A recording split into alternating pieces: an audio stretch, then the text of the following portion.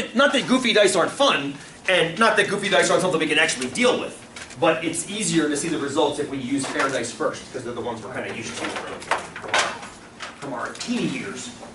How we doing? How's week 9 starting so far? Got something in my eye, besides my eye. Actually went pretty fast this term. Oh, they always do. I'm so used to 16-week semesters, and these 10-week terms just kick my ass. Yeah, they go fast. I wish the state of Oregon, every like 2 or 3 years, they decide to talk about going to semesters, the entire state. And I'm so excited. I'm like, yes, like the rest of the country, you know? Like half of California and the rest of the country. And it dies. It dies just the same way, and I don't know why Oregon is so stubborn about it, but the same way that trying to go to the metric system dies in this country. Every time you bring up, oh, you gotta change everything. Yes, but every other state did change everything to semesters. A lot of states had a quarter system. The state I used to live in was one of them. Delaware had a quarter system for years. And they realized it's stupid. Like, it doesn't make any sense. It's not, it's totally cost ineffective. Because you're having an extra term that you have to staff. Switch. Well, you still have to staff, time-wise, you still have to staff it. Think about it, it's still the same, it's essentially the same number of instructional hours. Right. I mean, you think about it, 2 16-week semesters is roughly the same as 3 10-week quarters. Right. We'd have to restructure the classes. Like 105, I've already thought about this many, many years. 105 will become 105 and part of 243, and 243 will become 243 and 244. So you just have this big stretch of statistics the entire year, just like it is now. It's the way it is now is 105, 243, and 244. Right. You have to restructure them so they start in different places. But it's the same, roughly the same topical stuff. Where the money is saved is in the switching of terms, the administrative headache of the switching of terms. You guys have to register 3 times a year right now. Right. You have to register twice a year. Right. That's 50%, if you actually, it's 33% less administrative overhead. That's where the money and time is saved. And it's why, for some reason, we ignore that fact. And the time to convert, too, because, like, anytime you transfer in semester, they have to convert. Oh, that is a nightmare. That is an absolute nightmare. And Natasha, what you got? What is the final for this class? Well, our last meeting is it Wednesday, Brooke? Brooke's saying yes. A week from this one. It's yes, 2.5 weeks from now, Wednesday, 10:15 here. But your last exam is posted. I posted it, I think it was Saturday evening, afternoon. I sent an email to you guys about it. Your last exam, and there's a spreadsheet that goes along with it, which won't make any sense until either Wednesday of this week or Monday of next week when we start doing some stuff in class with dice. That's due that day. The last day, though, you all are going to come here, not for the entire time. It won't last anywhere in that 2-hour block that's put together. But I want to kind of circle the wagons and sit together and chit-chat about the course and pick your brain about the course. The way the contract works is I have to do something during the final exam block. I have chosen to make it a Q&A session with you guys. You have the exam, you'll have it done before you get here. Okay, it's just like your last exam. Same exact thing, just a series of questions and topics and related ideas that are all tied together. And then we'll spend, I don't know, I can't imagine it spending any more than an hour, probably far less than an hour, I'd imagine that day. It depends on how much of a heated discussion we get into. But I have to have you here in the room. They don't tell me for how long, so as long as I get you to the room, I've satisfied the contract. Talking to you. So. At the same time, sometimes they're like... It's 10:15 actually for you guys. Yeah, the 8:15 is switched up. If you guys have any 8:15 classes, that exam starts at 8 o'clock on whatever day that is. Oh, whoa. Yeah, just heads up on that. You're welcome. You're welcome. Yeah, that's one of those. It's. Do you know why we take final exams? Let's do it. I just found this one out relatively recently. If it's true, we take final exams because it's a remnant of the British system of higher education.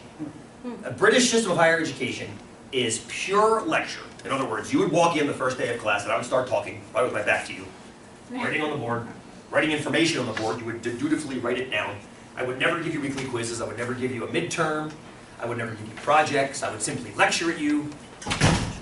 And at the end of the course, you'd have one final exam that you sat in the room for 2 hours.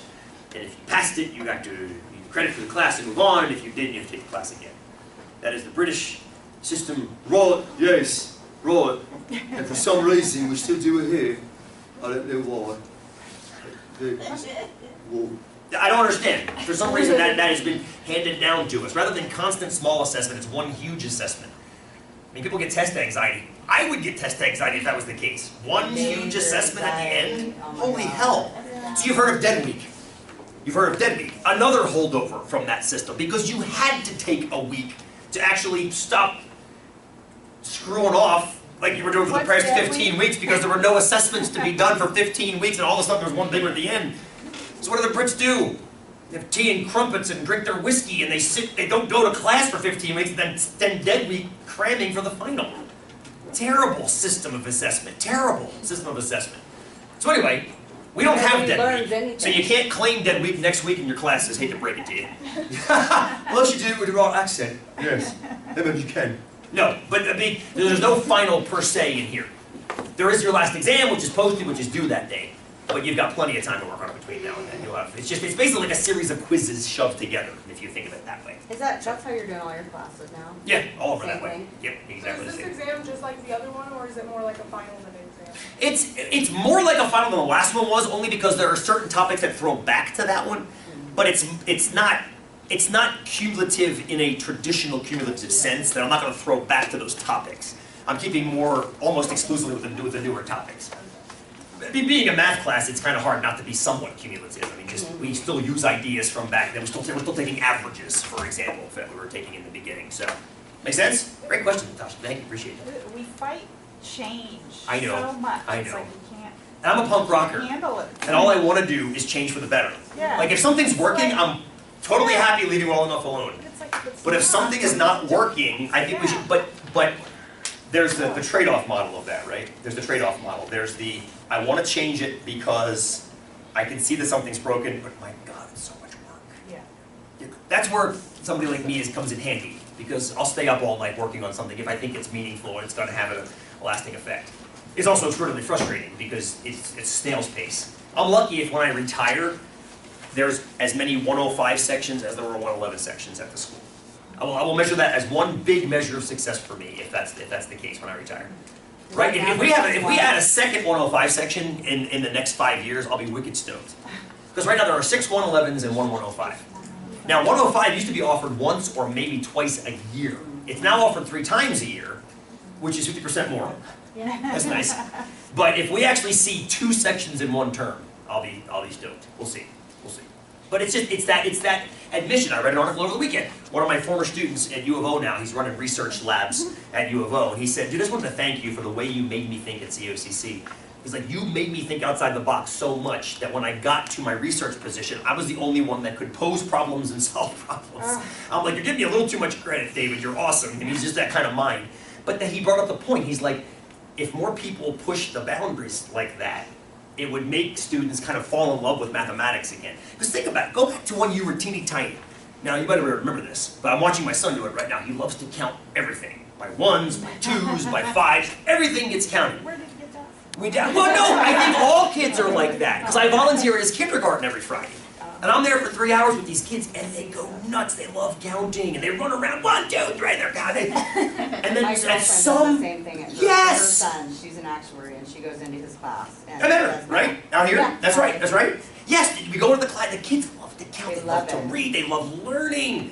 And then algebra, right? And then algebra. And they keep shoving algebra earlier and earlier in the school curriculum. I took algebra in 9th grade when I was in high school. I did not touch algebra until then. I would now be considered slow because of that. Because they're making kids in 7th and sometimes 6th grade learn algebra. Why? A 6th grade mind on average is not ready for the abstraction that algebra entails. My 5th grade nephew isn't doing algebra. I'm not saying there aren't exceptions, I'm saying on average. He's having a hard time with it. Oh, of course he is. And I'm not saying there aren't kids that can totally smoke algebra in 6th grade and 7th grade. I'm saying on average, I used to teach algebra in 9th grade at the high school I used to teach at. And the first thing I had the kids do was fill a questionnaire out. I said, how many of you had algebra last year as 8th graders? Somewhere around 95% of them had taken algebra in 8th grade. Why are they then in algebra in 9th grade? I wonder why they are. Because their brain wasn't ready for it when they're that young. I'm not convinced 9th grade minds are ready for it, honestly. Yeah. I didn't create, my mind wasn't supple with that until later. So, yes. Now, the reason you have to ask yourself, why are you guys forced to learn algebra? Did anybody know the answer? Why you guys learn algebra, and then geometry, and then algebra 2, and then probably pre-calc, and then calculus? Do you know why? Are they doing it at a younger age to keep up with like Japan and China? Originally, that was not the reason. There's a very, very good reason. It's somewhat old. It's somewhat old. Is it just to familiarize, to see it once, and then reinforce it later? That is what I've been told. As far as I used to have a friend, Jack, who used to work here. He's like, I exposed them to things. I exposed them. If math were a virus, I would believe that would be a great strategy. The problem with exposure to it is, unless it's really good concentrated exposure, it's lost. It's really lost. That's why you guys have dice and coins in front of you. We're going to spend lots of time rolling dice, because I could just write definitions on the board, but exposing you is only useful if I like really, really bury you in it. So Jeremiah, yes, but I think that the level of exposure is kind of like arguable. The reason you're sitting there learning algebra is because of Sputnik. Because the Russians and us had a space race that most of us don't remember anymore because you guys are too young. They beat us, and then we beat them to the moon, and then we had big rockets we were pointing at each other. And we were so terrified that we were going to get blown off the face of the earth by the Soviet Union back in the 80s, that we were churning out scientists and engineers and mathematics, or mathematicians, I guess. That's the reason. The only reason you take algebra, geometry, algebra 2, and pre-calculus is so you can take differential equations at some point as a college sophomore. Who takes differential equations nowadays? Never heard of it. Engineers. Engineers take it. Physicists take it. Engineers take it. That's it. The ones that were trying to beat the Russians to space take it. But that's over. Yeah. But change takes time, and it's hard to push back. Thank God you got punk rockers doing it. But now we got Mars. Yeah. Let's leave Mars alone. Let's keep the planet we have. Yeah. Better, slightly better repair. We've got this great planet that we're currently standing on. We're currently standing on a beautiful planet. Yeah. That's not. Oh, completely unrelated though. Anybody that has an iPhone, my son and I discovered this last night. This is completely unrelated and not tied into this, except for the fact that it's about space. So he was sitting there and he looks up at the sky. He's like, "Daddy, is that Venus?" I'm like, "I don't know, man. It's either Venus or Jupiter or one of those planets." And suddenly I had this ding. I was like, "I bet you there's an app." Yeah. Not only is there a freaking app, Oh, it's called Skyview. Yeah. You guys have seen it? Yeah. Holy crap! Skyview. It costs $2. Best $2 I've spent in a long time. I think there's a free version too. Google Sky Maps is free. Google Sky Maps. I didn't even think about that. I wonder if it runs on the iPhone. Probably not. Yeah, it does. It was? Okay, it'll run on the Android. Dude, so you fire this thing up. I'll show you a break. I got it on my phone. You enable your location. You point the phone at the sky like you're going to take a picture, and it shows you everything that's close to what your phone is looking at, including, so we learned it was Jupiter, because he swung it over, and then this big orange thing with swirls appeared. I'm like, holy crap. Jupiter, right next to Orion, right next to Cancer. So freaking rad. If you want to see it at the break, like I said, we were out there, we were in the hot tub, and he's like, "What's that?" And we're out there hot tubbing with this friggin' thing. And I remember when I was little using a telescope to do it. And the telescope's obviously better, because then you can actually see the moons of Jupiter, where this is just a little image. But just the fact that you know what it was. I saw the bull for the first time. Taurus? I've always wondered, what the hell is that triangle? It's the bull's head! Ridiculously excited. Sorry. It's even neater on an iPad.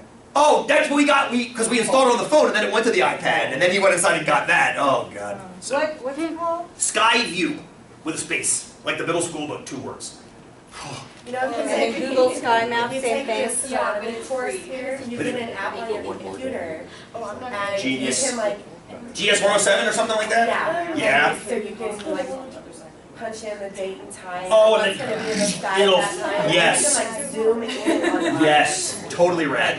Awesome, way out in space, and then they have like full color photos. That's what's so rad is this will show you, these apps will actually, like Max was pointing the phone at the ground, Yeah.